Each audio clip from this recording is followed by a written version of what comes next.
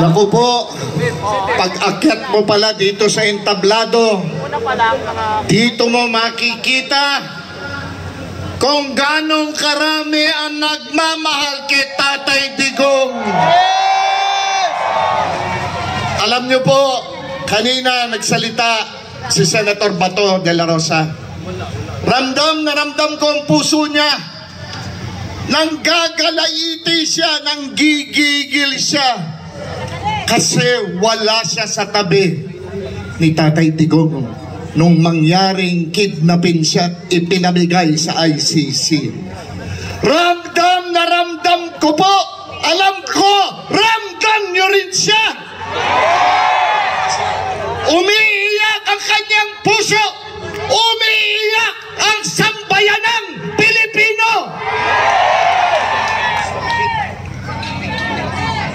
Sabi po nila, pag-asa. Nadinig nyo ang ilang beses kanina sa mga tagapagsalita.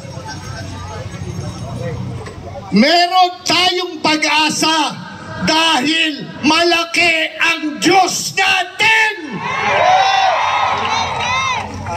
At sinisiguro ko sa inyo, kung taimtim kayo na nagdarasal para kay Tatay Digong, makakauwi ang ating Ama.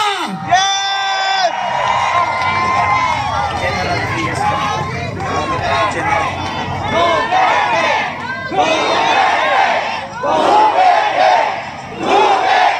Hinuhusgahan na nila si Tatay Digong. Kriminal daw. Kinalabit niya ba ang gatilyo? Siya ba ang pumarel? Siya ba ang pumatay? Hindi! Pero ano ginagawa nila? Ginagawa nilang kriminal ang ating Ama. Ang presidenteng pinagtanggol ang mga Pilipino, lalo na pinakamahihirap na mahirap.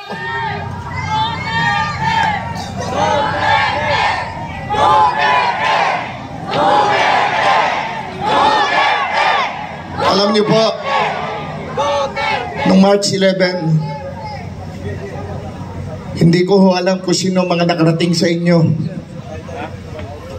sa airport, sa Villamor Air Base. Kami po maghapon doon, nakikiusap, nagmamakaawa na sana papasukin kami, makita man lang. Ako po, sinabi ko na sa mga sundalo, huwag yun na akong papasukin. Nagmamakaawa ako sa inyo. Papasukin nyo si Atty. Torion at Atty. Vic Rodriguez. Ayaw. Meron daw strict orders na walang pwedeng papasukin. Nakita nyo bang nakapasok ang ating Vice President Sara Duterte?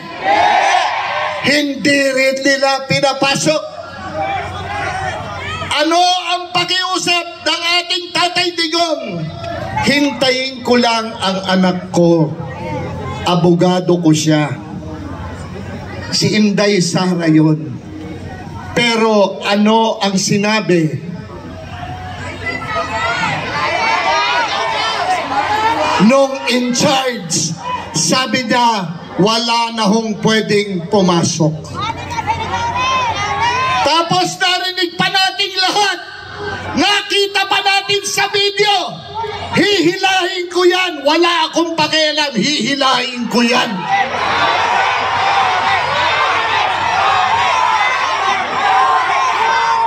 Ito lang po, tandaan nyo, hindi natutulog ang Diyos.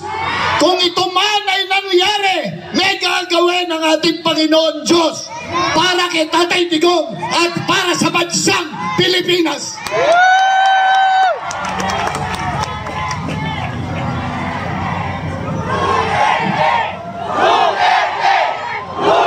Ibalik nyo sa amin ang aming Ama!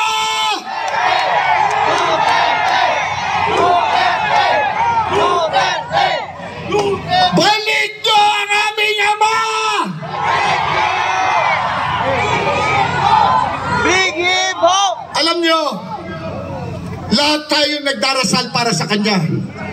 Pero huwag niyong kalimutang ipagdasal ang ating mahal na Vice President Inday Sara Duterte. Meron pa ho mga darating. At alam ko, alam niyo yan. Nagpe-prepara sila para sa impeachment. Nagnakaw daw si Inday Sara.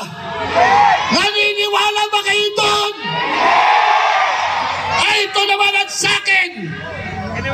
At sa 32 million na nagtiwala at nagmamahal sa ating Bibi Sara, walang magnanakaw na Duterte.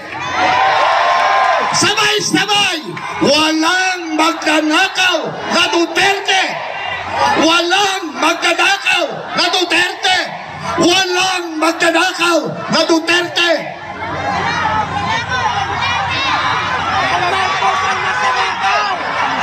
Duterte! Duterte! Duterte! Duterte!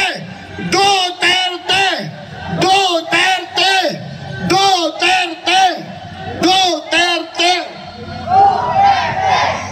Duterte! Sa inyo pong lahat, let me end with this. Hindi ko na ho pakakahabain pa. Ito po ay isang prayer rally. Whoever dwells in the shelter of the Most High will rest in the shadow of our Almighty. I will say of the Lord, He is my refuge and my fortress, my God in whom I trust.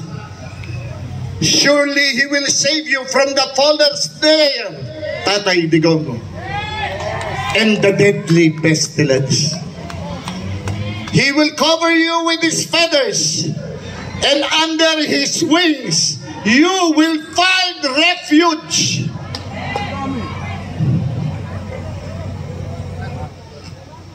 His faithfulness will be your shield, Tatay Digong, and your rampart.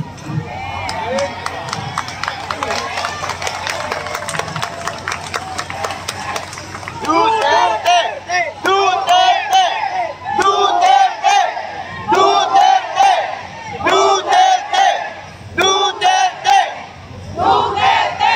Sa atin pong lahat, buong Pilipinas, buong mamamayang Pilipino, tandaan nyo, inialay niya ang buhay niya para sa ating lahat. Totoo yun! Sino to? Duterte! Duterte! Duterte! Sino siya? Tatay Digong! Tatay Digong! Tatay Digong! Tatay Digong! Duterte! Huling paalala. Tandaan nyo, this is a prayer rally. Hindi tayo nakikipag-away. Inilalabas lamang natin ang lahat ng bigat na nasa ating salulubin. Kaya,